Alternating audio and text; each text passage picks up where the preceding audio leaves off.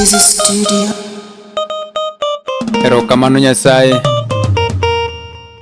erokamano Japuonj. Injili in teko maber kabisa, miwang'ei. Hallelujah. Oh, injili teko, injili teko, injili teko, injili teko Nyasaye.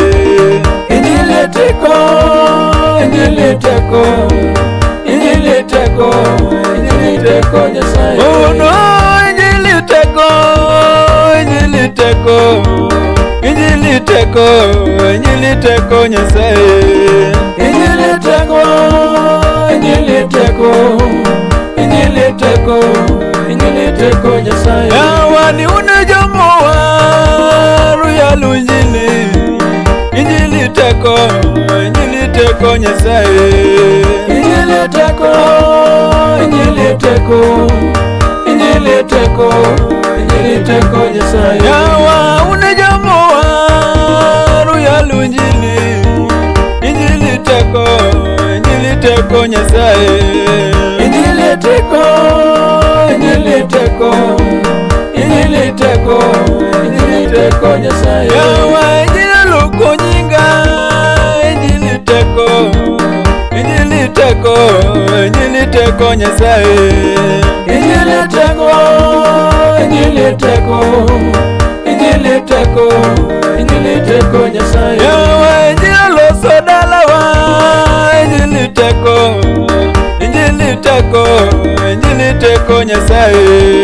Injili teko, injili teko, injili teko, injili teko Nyasaye. Yawa injili nigirieko, injili teko, injili teko, injili teko Nyasaye. Injili teko, injili teko, injili teko, injili teko Nyasaye.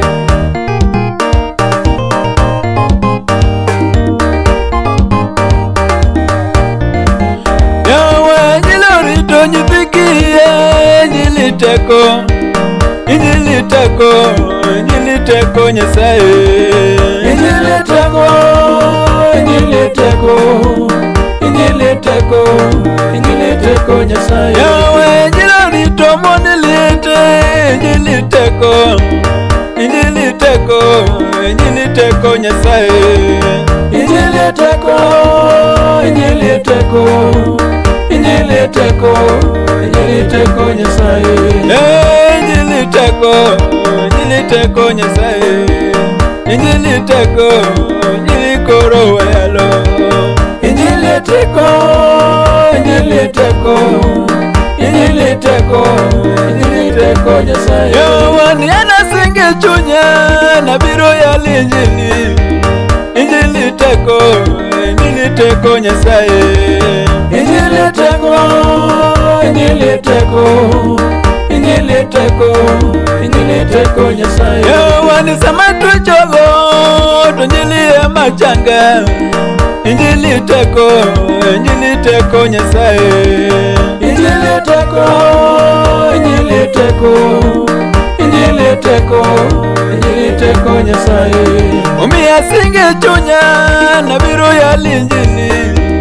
Injili teko, injili teko Nyasaye. Injili teko, injili teko, injili teko, injili teko Nyasaye.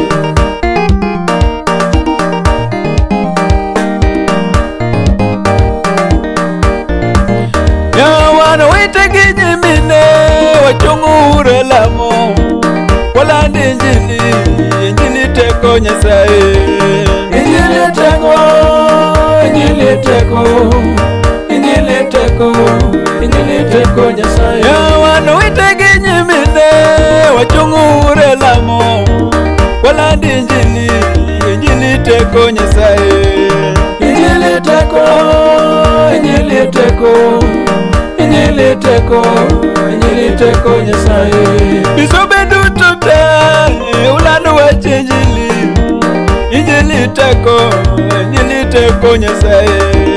Injili teko, injili teko, injili teko, injili teko Nyasaye. kuyal injili, injili teko Nyasaye. Injili teko, injili teko, injili teko, injili teko Nyasaye. Kanisa duto te ulemi kod adiera, kuyal injili, injili teko Nyasaye.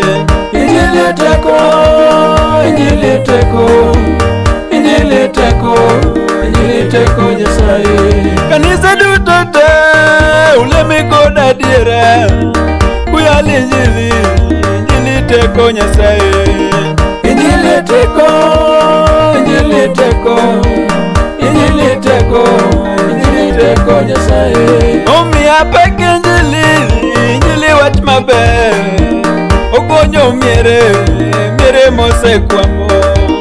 Injili teko, injili teko, injili teko, injili teko Nyasaye. Omiya pek injili, injili wach maber, okonyo miere mosekwamo. Injili teko, injili teko, injili teko, injili teko Nyasaye. Injili duoko geno miya keto kuome. Injili teko, injili teko Nyasaye.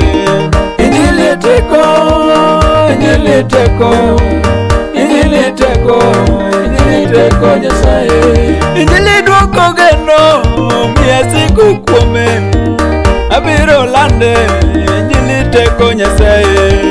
Injili teko, injili teko, injili teko, injili teko Nyasaye. Kanisa maler Philadelphia, Nyasaye mondo rit nau mane bo Bishop Kefa Witi.